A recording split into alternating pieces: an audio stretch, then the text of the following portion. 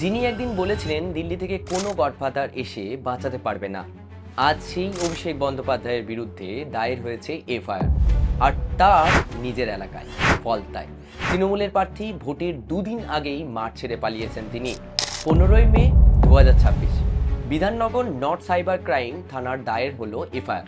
অভিযোগ, 2026-এর বিধানসভা ভোটের প্রচারে মহেশতলা, আরামবাগ, হরিণঘাটা ও নন্দীগ্রামের জনসভার অভিষেক বন্দ্যোপাধ্যায় নাকি দিয়েছিলেন উক্তিমূলক, হুমকিমূলক ভাষণ। মামলা হয়েছে ভারতীয় ন্যায় সংহিতার 192, 196, 351 ও 353 ধারায়। তৃণমূল বলছে এটা একটা রাজনৈতিক প্রতিহিংসা। বিজেপি বলছে এতদিন মানুষ ভয়ে চুপ ছিল, এখন পুলিশ কাজ করছে।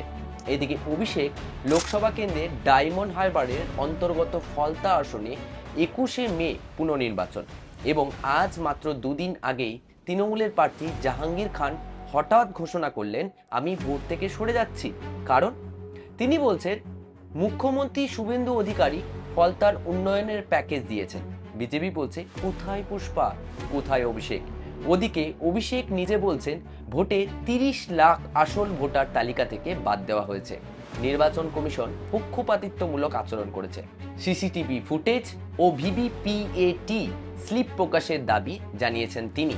ভাবুন একবার, 2014 থেকে ডায়মন্ড হারবারের অপ্রতিদ্বন্দ্বী নেতা অভিষেক, মমতার ভাইপো, তৃণমূলের ভবিষ্যৎ, সেই মানুষটা আজ নিজের এলাকার প্রচারে নেই। তার প্রার্থী মাঠ ছেড়েছেন, আর তার বিরুদ্ধে এফআইআর। বিজেপি নেতা শ্রমিক ভট্টাচার্য বলেছেন, আগে হুমকি দিতেন, এখন ঘরে বসে হারমোনিয়াম বাজাচ্ছেন। আমরা আপনাকে মিস করছি, ফলতায় আসুন আপনি। 21শে মে ফলতার পুনর্নির্বাচন, এটা শুধু একটা আসনের লড়াই না, এটা অভিষেক বন্দ্যোপাধ্যায়ের রাজনৈতিক অস্তিত্বের পরীক্ষা। আপনি কি মনে করেন, অভিষেক কি ফিরে আসবেন? কমেন্টে লিখুন।